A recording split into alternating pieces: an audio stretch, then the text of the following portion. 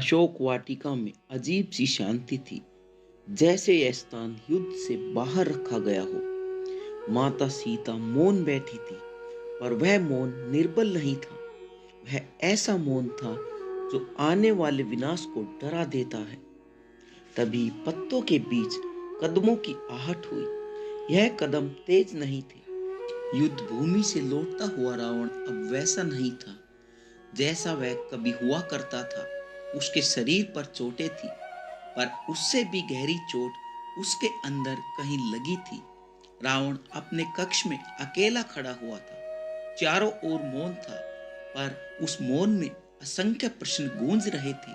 रावण ने कहा, स्वयं से कहा, धीमे स्वर में कहा, आज पहली बार आज पहली बार ऐसा लग रहा है जैसे मृत्यु मेरे निकट खड़ी हो। देवताओं से युद्ध किया, ऋषियों को पराजित किया, यम और काल तक को चुनौती दी, पर आज उस मनुष्य के बाणों में कुछ और ही था। क्या वही भविष्यवाणी, क्या वही समय आ चुका है? कुछ क्षणों बाद रावण ने सिर उठाया। उसकी आंखों में अहंकार अब भी था, पर उसके पीछे एक अनकहा भय भी छिपा था। रावण ने आदेश दिया, प्रहरी, उस वानर को बुलाया जाए जो श्री राम का दूत है। हनुमान प्रहरी स्तब्ध रह गया, पर आज रावण के स्वर में ऐसा कुछ था कि प्रश्न करने का साहस किसी में नहीं था। कुछ ही समय बाद भारी कदमों की आवाज नहीं, बल्कि संयमित और शांत चाल की आहट सुनाई दी।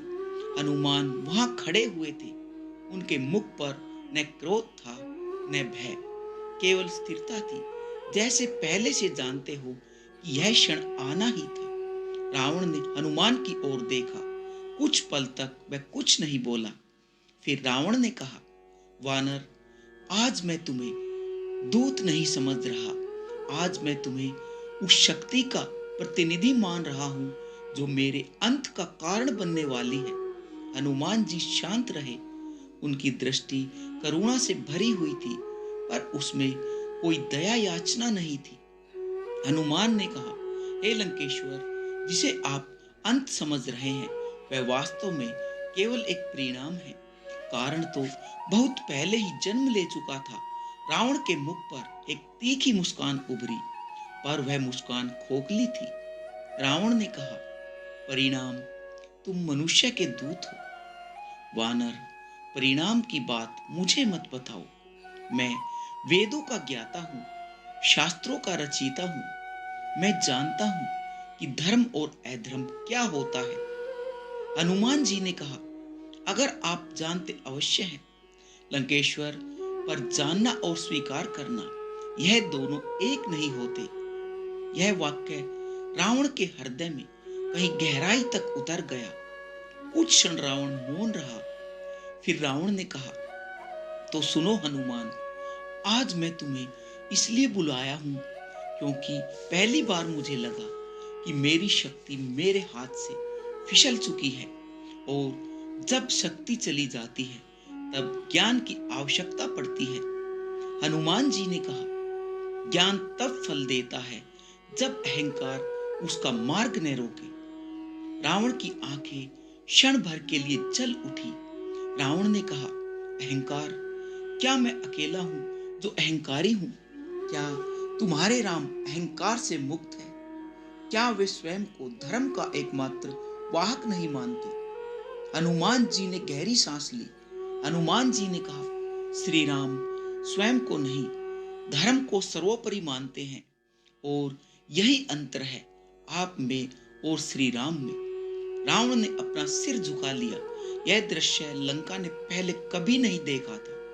रावण ने कहा, धीमे स्वर में कहा, मैं जानता हूं कि मेरी मृत्यु निश्चित है, पर मुझे यह जानना है, हनुमान, क्या मेरे अंत के बाद भी मेरा नाम केवल अधर्मी कहलाएगा? क्या मेरे ज्ञान, मेरे तप, मेरे त्याग सब व्यर्थ हो जाएंगे?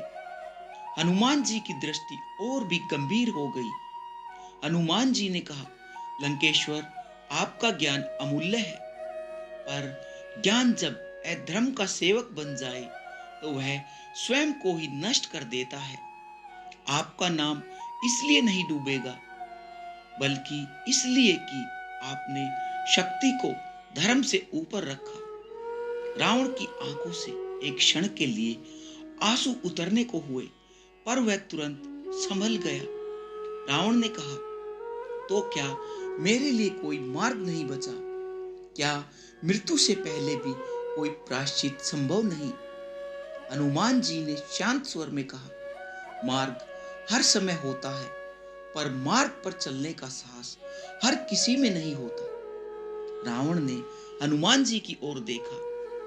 आज पहली बार वह दृष्टि शत्रु की दृष्टि नहीं थी, वह एक जिज्ञासु आत्मा की दृष्टि थी। रावण ने कहा, तब बताओ हनुमान, यदि मैं सच में जानना चाहूं तो मुझे सबसे पहले क्या छोड़ना होगा? हनुमान जी ने बिना रुके उत्तर दिया, अपने मैं को लंकेश्वर, क्योंकि वही मैं आपको रावण बनाता है और वही आपके अंत का भी कारण है। मौन गहरा गया, इतना गहरा कि समय जैसे रुक गया हो। यहीं से रावण और हनुमान जी के बीच वह संवाद आगे बढ़ने वाला था, जो केवल दो व्यक्तियों का नहीं, बल्कि अहंकार और धर्म का अंतिम टकराव था। मौन अब बोझ बन चुका था, ऐसा मौन जिसमें शब्द बोलने से पहले ही टूट जाते हैं। रावण ने धीरे धीरे अपनी आंखें बंद की।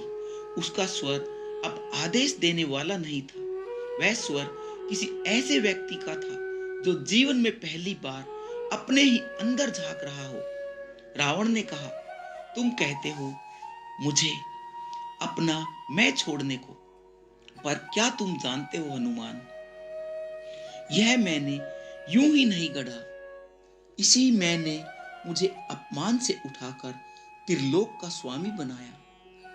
इसी मैंने देवताओं को मेरे चरणों में झुकाया। तो बताओ, जिसने मुझे बनाया मैं उसे कैसे त्याग दूं? हनुमान जी ने रावण को ध्यान से देखा।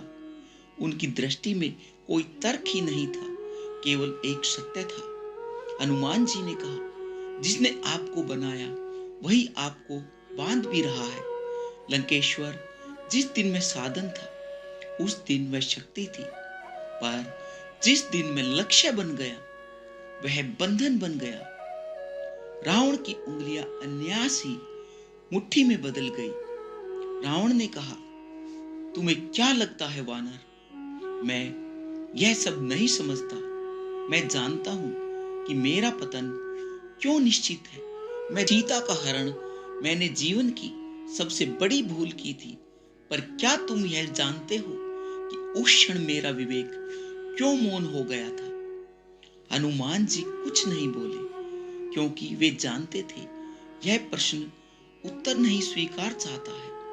रावण ने आगे कहा, क्योंकि मैंने पहली बार किसी शक्ति से भय महसूस किया था।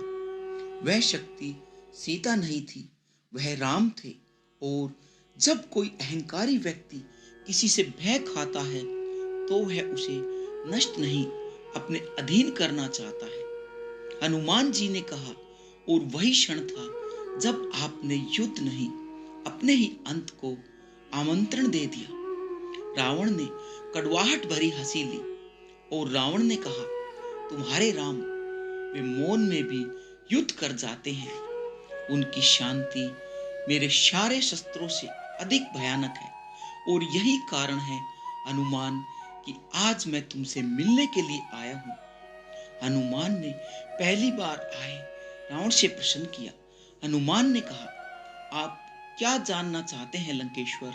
रावण कुछ क्षण तक मौन रहा, फिर उसने वह कहा जो उसने कभी किसी से नहीं कहा था। रावण ने कहा, मैं जानना चाहता हूं, क्या राम मुझे क्षमा कर देंगे? यह प्रश्न नहीं था, यह स्वीकार था। हनुमान की आंखें क्षण भर के लिए बंद हो गई। हनुमान जी ने कहा, राम क्षमा करने में कभी संकोच नहीं करते, पर क्षमा मांगने के लिए अहंकार का त्याग आवश्यक होता है। रावण ने धीरे से सर हिलाया। रावण ने कहा, यही तो समस्या है हनुमान, मैं झुक सकता हूं पर टूट नहीं सकता। और राम के सामने झुकने का अर्थ मेरे अस्तित्व का अंत है। हनुमान ने शांत पर दृढ़ स्वर में कहा, नहीं लंकेश्वर, वह आपके अस्तित्व का अंत नहीं, आपके भ्रम का अंत होगा। रावण ने हनुमान जी की ओर देखा। उस दृष्टि में अब कोई क्रोध नहीं था, केवल एक थकान थी।